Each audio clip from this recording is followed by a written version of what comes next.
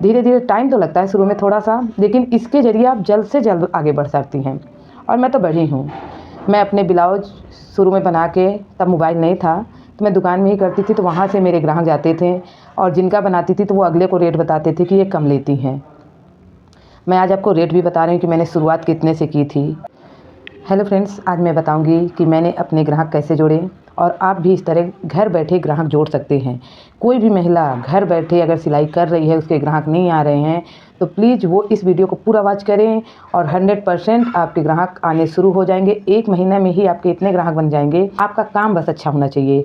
आपको काम अपना अच्छा देना है, ग्राहक अपने आप आएंगे। तो चलिए मैं देर न करते हुए आपको बता रही हूँ कि ग्राहक कैसे जोड़ने हैं। शुरू में मैंने भी जब सिलाई की थी तो मैं क्या करती थी, मैं तो अपना ब्लाउज सिल के, क्योंकि कस्टमर शुरू से नहीं आ जाते हैं, तो मैं ऊपर के पोर्शन में रहती थी। नीचे मेरे किराना स्टोर की दुकान थी, तो मैं ऊपर ही सिलाई किया करती थी, लेकिन नीचे जाके अपना ब्लाउज सिलती थी। फिर नीचे दुकान में कुछ देर बैठ के वहाँ पर उस पर मैं तुरपाई और कच बटन करती थी। ये मेरा पहला कदम था ग्राहक जोड़ने का। वहाँ पर जब तुरपाई कच बटन करती थी तो कोई ना कोई लेडीज़ अगर आती थी, किराना दुकान थी, काफ़ी लोग आते थे, तो कोई ना कोई ये पूछ ही लेती थी कि क्या आप सिलाई करती हैं क्या? तो मेरा जवाब होता था हाँ। उसके बाद वो मेरा ब्लाउज देखती थी। लेकिन अगर अभी आपकी शुरुआत है, आपका काम कुछ ज़्यादा खास अच्छा नहीं है, तो आप क्या कीजिए, सिलाई थोड़ा सा कम रखिए शुरुआत में, फिर धीरे धीरे बढ़ा दीजिए। तो मेरी शुरुआत तो वहीं से हुई। मैं अपने ब्लाउज सिलती थी, वहाँ लोग देखते थे। सबसे पहले मेरी सामने वाली हैं, उन्होंने देखा था मेरा ब्लाउज और मेरा साइज़ उनका साइज़ एक था, तो पहला ब्लाउज तो उन्होंने ख़रीद लिया था।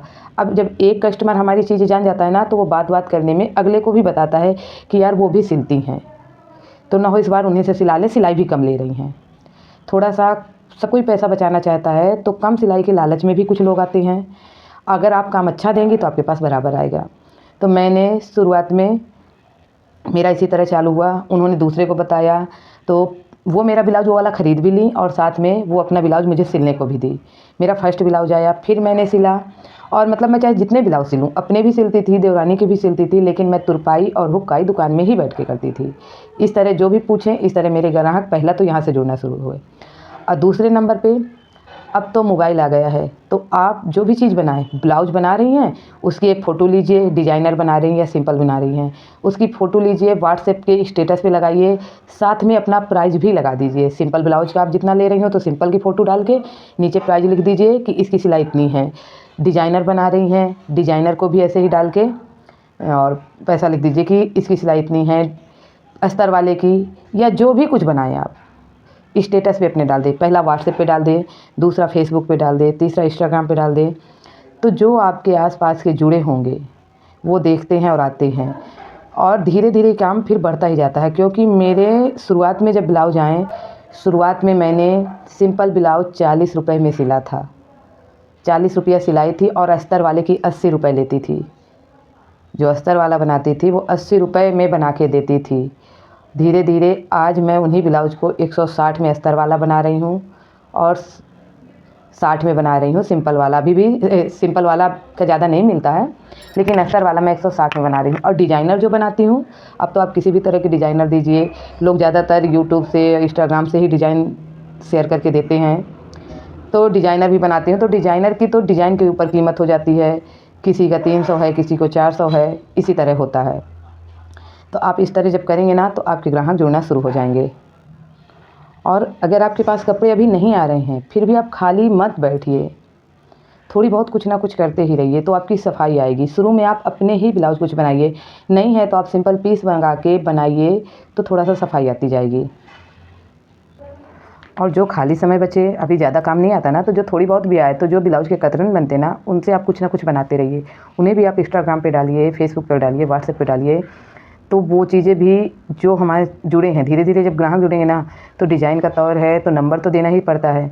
तो जब हमारे नंबर बढ़ जाते हैं व्हाट्सएप के, क्योंकि जब भी कोई डिज़ाइन को कहता है तो वो हमारे व्हाट्सएप में ही शेयर करेगा और हमें अपने नंबर देने ही पड़ते हैं। तो व्हाट्सएप में ग्राहक के नंबर जब हो जाते हैं, मेरे पास तो काफ़ी नंबर कस्टमर के हैं। मैं जो भी नई डिज़ाइन बनाती थी, अब तो नहीं करती हूँ, मैं झूठ नहीं बोलूँगी, अब मैं नहीं डालती व्हाट्सएप फेसबुक पे, किसी पे नहीं डालती। अब मैं सिर्फ वीडियो ज़रूर बनाती हूँ तो उस पर डाल देती हूँ। लेकिन शुरुआत मैंने ऐसे ही की थी क्योंकि अब मेरे पास इतना काम आता है ना कि मैं वही नहीं कर पाती हूँ, तो मैं और कस्टमर नहीं जोड़ रही हूँ क्योंकि ना मेरे पास जगह है। सोचती तो हूँ कि मैं कुछ मशीन रखा लूँ और कुछ और लड़कियों को बैठा लूँ, उन्हें भी काम मिलेगा और मेरा भी काम बढ़ेगा, लेकिन मेरे घर में इतनी भी जगह नहीं है कि मैं कुछ और मशीनें रखवा सकूँ। तो मैं अब बंद कर दी हूँ। लेकिन पहले मैं यही करती थी, जब मेरे ग्राहक सिंपल ब्लाउज से ही ग्राहक जुड़ गए थे, क्योंकि मैं थोड़ा बाहर रहती हूँ, मेरे गाँव से कपड़े बहुत आते हैं। तो जब मैं उनमें डिज़ाइन बना के डालती थी ना, तो वो ग्राहक देखते हैं, उन्हें जब पसंद आते हैं तो वो खुद भी बनवाते हैं, साथ में औरों को भी दिखाते हैं कि देखिए मेरा नाम रजनी है, कि देखिए मतलब वहाँ तो मैं दूसरे नाम से जानी जाती हूँ क्योंकि बहू हूँ वहाँ की। तो वहाँ यही बोलते हैं कि देखिए उनके यहाँ ऐसे ब्लाउज बनते हैं, देखिए कितने सुंदर सुंदर डिज़ाइन बनाई हैं उन्होंने। तो इस तरह हमारे ग्राहक और जुड़ते हैं। तो शुरू में आप अपने ही ब्लाउज में डिज़ाइन बना के स्टेटस लगाइए।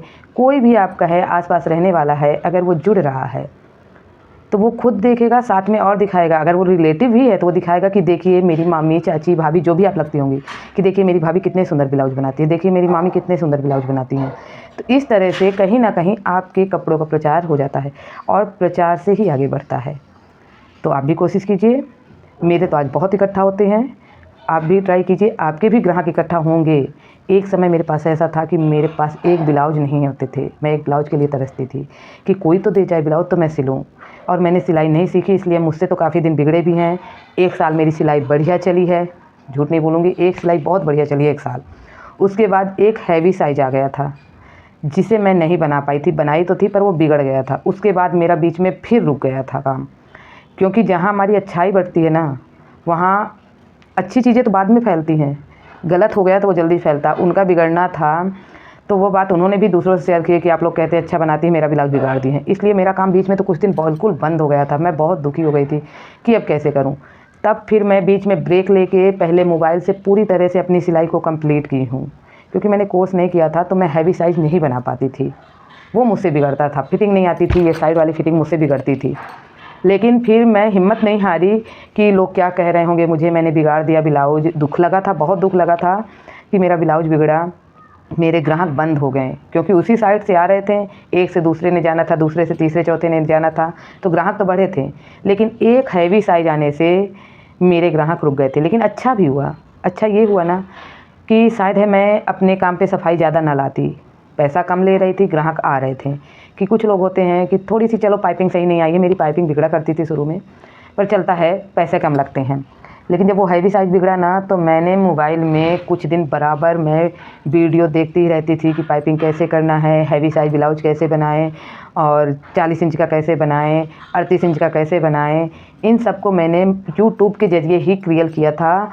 और मैं जब पूरी तरह से सीखी थी फिर मैंने बनाना शुरू किया। लेकिन इतना आसान नहीं होता एक बार बिगड़ने के बाद बनना। लेकिन उसके बाद मेरी डिज़ाइन ने मेरी पहचान बनाई। मैं बाहर आई, बाहर कुछ एक ब्लाउज मैं अपना डिज़ाइनर बनाई थी, जो मैं हर छठ के दिन पहनी थी। तो जब मैं हर छठ पूजने गई तो वहाँ गांव की बहुत सी औरतें पूजा करती हैं। उन लोगों ने देखा तो उन्होंने कहा कहाँ से आपने सिलाया है। शुरुआत थी, मैं बाहर आई हुई थी, तो मैंने कहा मैं खुद से सिली हूँ। वो ब्लाउज मुझसे कई लोगों ने सिलवाया और फिर मैंने उसे स्टेटस में लगाया। जब अपने गांव लौट के गई तो अपने गांव के दुकान में मैंने उन ब्लाउज़ों को हैंग करके टांगा। मैंने कई डिज़ाइनर ब्लाउज फिर बना के ले गए, उन्हें हैंग करके जब टांगा, वो डिज़ाइनें जो कोई आता था उन्हीं को पसंद आती थी, क्योंकि तब डिज़ाइन की शुरुआत हुई थी। फिर उस डिज़ाइन ने मुझे मेरी पहचान दी। कहने वाले ये तक कहते थे कि अभी तक ये हुनर कहाँ छिपा के रखी थी आप। और उसके बाद से आज अब मेरे पास इतना काम आता है। अब तो मैं डिज़ाइनर भी कम सिलती हूँ, क्योंकि काम इतना ज़्यादा होता है, डिज़ाइनर में समय लगता है। और उस समय मेरे पास कपड़े ज़्यादा नहीं आते थे, तो मैं शौक़ से डिज़ाइनर बनाती थी, उन्हें खूब समय देती थी, बहुत सुंदर सुंदर डिज़ाइन बनाती थी। अभी भी बनाती हूँ, लेकिन जब ज़्यादा कपड़े होते हैं ना, तो तब उन्हें एक बार कहती हूँ कि नहीं, डिज़ाइनर में उतना मिलता नहीं है जितना हमारा समय लगता है। तो आप भी कोशिश कीजिए, आपके भी पास ग्राहक आएंगे। अगर मेरा वीडियो पसंद आए तो प्लीज़ चैनल को सब्सक्राइब कीजिएगा, बेल आइकन ऑन कर लीजिएगा, जिससे मैं कोई भी वीडियो डालूं तो उसकी नोटिफिकेशन आपको मिल जाए। और मैं इसी तरह की वीडियो आपके साथ शेयर करती रहूँगी।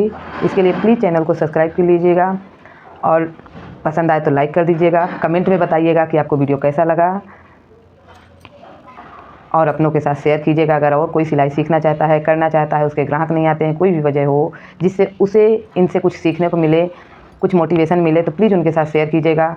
मिलते हैं नेक्स्ट वीडियो में, तब तक के लिए बाय बाय। जय श्री कृष्णा, राधे राधे। फिर मिलते हैं।